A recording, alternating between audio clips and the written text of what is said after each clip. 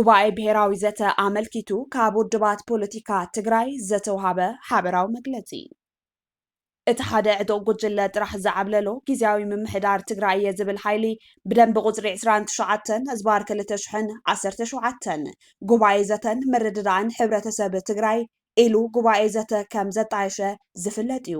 እዚ ጉባኤ ኣብ ኣጣይሹ ዕላምኡ ዝርዝር ስልጣኑን ሓላፍነቱን ከምኡውን ኣብ ተፀዋዕነቱን ተዋፅኦ ኣባላቱን መሰረታዊ ሕቶ ዘይመለሰን ናይ ኩሎም ሓይልታት ይኹንታ ዘይነበሩን እዩ።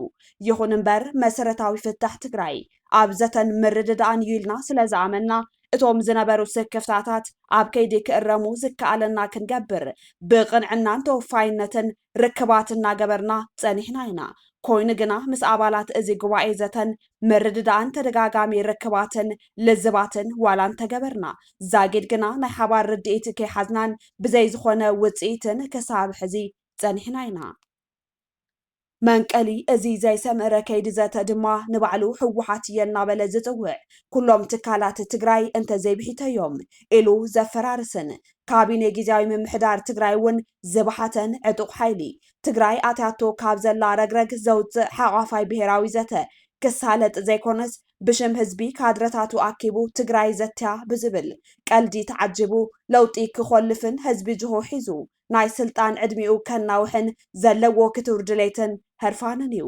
እዚ ቀልዲ እዚ ፀገም ትግራይ ዘናውሕ ሓድነት ተጋሩ ዝብትን ኣካይዳ ምዃኑ ብተደጋጋሚ ዝተረኣየ ሓቂ እዩ። እዞም ብግብርን ባህርን ዘይፈላለዩ ኣካላት ብብስዑንኦም ዘንጠባጠብዎ ህዝባዊ ድጋፍ ንምምላስ ዝሕግዝ ናይ ኣዳራሽ ተዋስኦ እምበር ሓቀኛ ብሔራዊ ዘተ ንምግባር እንቅዶት ይኹን ብሔራዊ ሓልዮት ከም ዘይብሎም ኣመስኪሮም እዮም።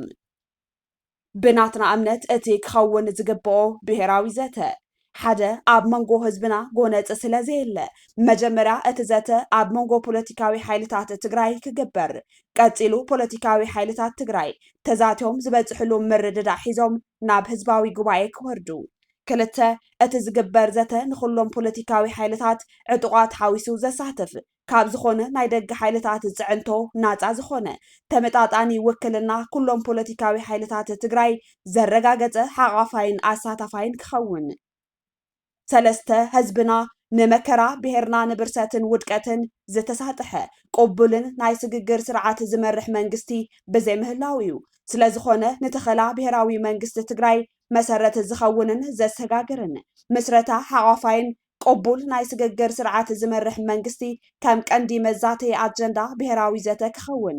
4 ካብዚ ወፃእ ዝግበር ልሙድ ናይ ዓጀባን መከራ ዘናውሕን ቀልዲ ጠጠው ኢሉ ብሓፈሻ ህዝብና ካብቲ ኣትይዎ ዘሎ ብሔራዊ ሓደጋ ክናገፍን እቲ ዝተለመደ ህዝቢ ናይ ምድንጋርን መከራ ዘናውሕን ቀልዲ ጠጠው ክብልን ኩሉ ዝምልከቱ ኣካል ነዞም ካብ ስልጣን ወፃኢ ካሊእ መርአይ ዘይብሎም ሓይልታት ኣገዲዱ ናብ ጠረጴዛ ክመፁን እዚ ብሔራዊ ዘተ ውፅኢታዊ ኮይኑ ዘላቒ ፍታሕ ንኽመፅን መሰረት ክንፀፍ ንፅውዕ። ትግራይ ብዘይ ሓቀኛን ሓቋፍን ከይዲ ዘተ እሙን ቅቡልን ናይ ምድርዳር ዓቕሚ ዘለዎን ስርዓትን ክትድሕን ኣይትኽእልን።